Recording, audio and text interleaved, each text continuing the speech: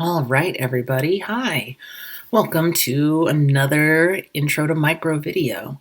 As you know, we are wrapping up our market structures chapters where we looked at perfect competition, monopolistic competition, and monopolies. We are not going to get to the chapter on oligopolies because I think it's just too much to cover, which isn't the end of the world, but we did miss out on one of my favorite slides, which is right here on my screen, you can see, and it compares the long-run equilibrium for perfect competition, monopolistic competition, and monopoly. And I think that's really useful because it highlights the differences and similarities between the three. And so what I wanted to do in this short video was go ahead and show you that. So I'm going to recreate those graphs on the dry erase board, and hopefully that's a useful tool for you guys. Let me know, and we'll take a look. So, all right, so I think this is going to work out. Let's get started. All right, there we go. So we're going to start with the model we started with first, which was perfect competition. And so perfect competition is, remember, our ideal. And so let's label it up here.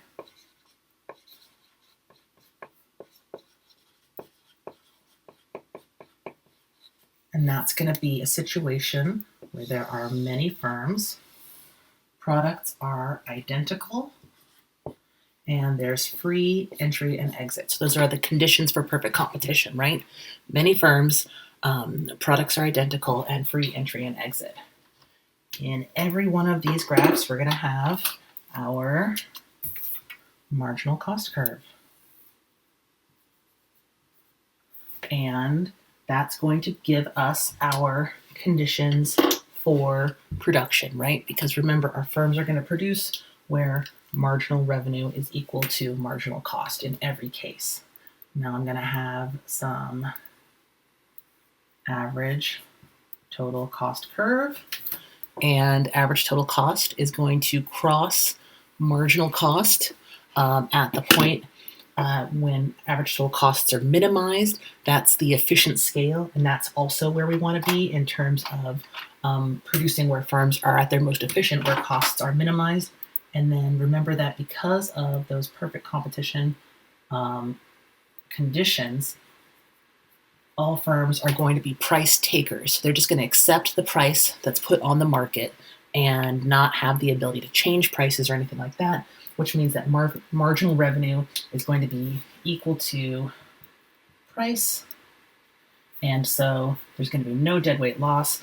Firms will produce at marginal revenue equal to marginal cost, equal to average total cost in equilibrium. So that's going to be our long run equilibrium. That would be great if I was left-handed.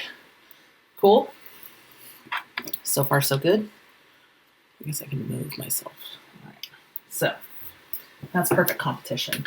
The next, in between perfect competition and monopoly, is monopolistic competition.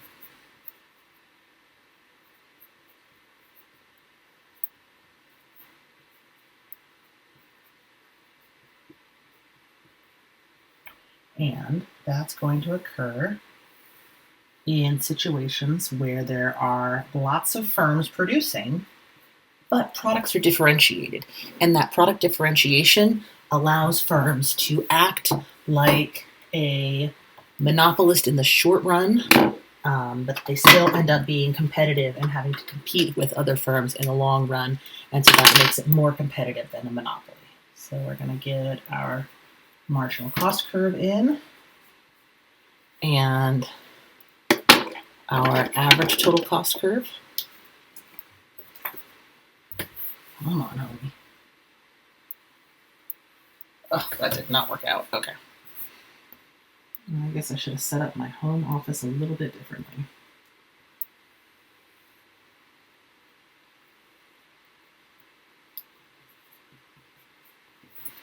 But in monopolistic competition, we are going to see that because they're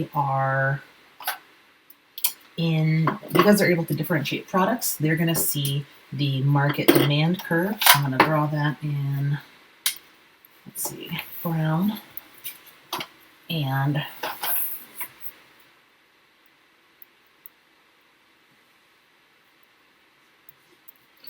And then their marginal revenue is going to be based on that downward sloping demand curve.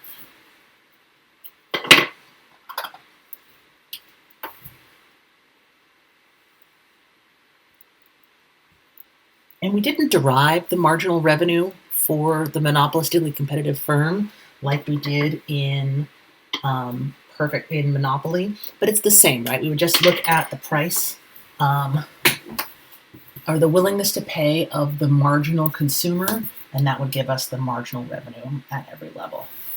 So, oh, this video is awkward. All right. So, what we would see here is the firm is still going to produce at marginal revenue equal to marginal cost. So that's going to be our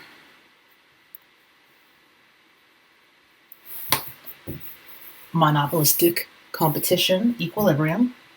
That's where they're going to, in long run equilibrium, marginal revenue is going to be equal to marginal cost when the demand curve is tangent to average total cost. They're going to set price based on that demand curve. And so we're still going to see a markup over marginal cost, but they're not going to earn profits because every unit is going to cost them ATC, and every unit they're going to get paid P. So remember, the calculation for profit is total revenue minus total cost. And so here, total revenue is price times quantity, and total cost is average total cost times quantity.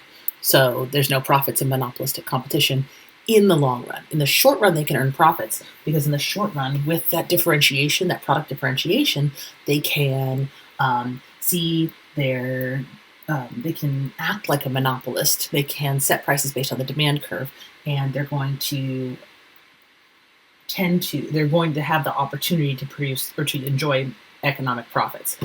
In the long run, if they do enjoy economic profits, more firms are going to enter. It's not going to be the exact same good, but it's going to be a close substitute. And so some consumers are going to leave the market and say, oh, well, I don't want to buy a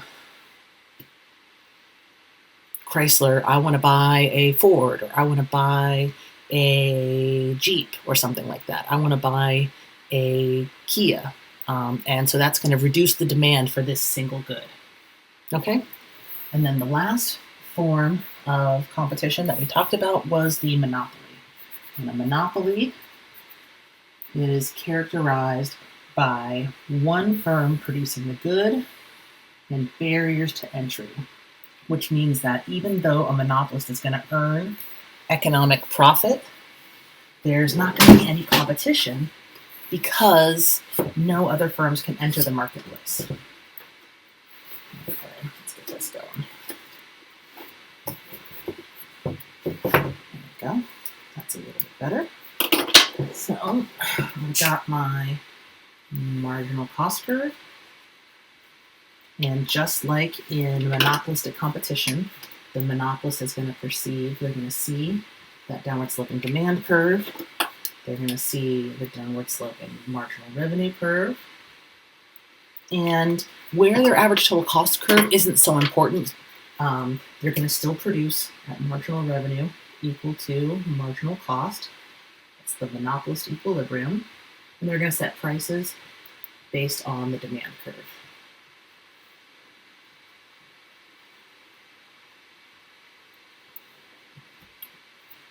And let's pop average total cost in there. And then we're going to be set. Let's say it's there. And so in this case, in the long run, the monopolist is going to be earning profits. It's going to be based on the difference between price and average total cost. And monopolies are the only time when we would expect someone in the market to be able to earn economic profits in the long run. Sound good?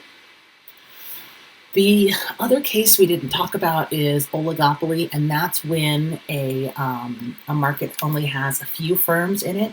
And basically, the takeaway for an oligopoly is whether they act like monopolists and set prices high, or act like monopolistic competition and compete and drive prices down, is going to depend on whether they work together or not. And there are a lot of reasons why firms may or may not work together. In the United States, it's illegal for firms to work together or collude with each other to set prices. So that's one reason. The other thing is there's an incentive to cheat, right? There's an incentive to say, hey, let's all keep our prices really, really high and make more money. And then as soon as you leave, I'm going to lower my prices and get way more consumers. So that's basically the whole idea of oligopoly. Take a look at the chapter if you're bored, if you have free time. Please feel free to ask me questions about it. Please feel free to ask me questions about this or anything else. All right. Thank you all so much, and I will see you next time.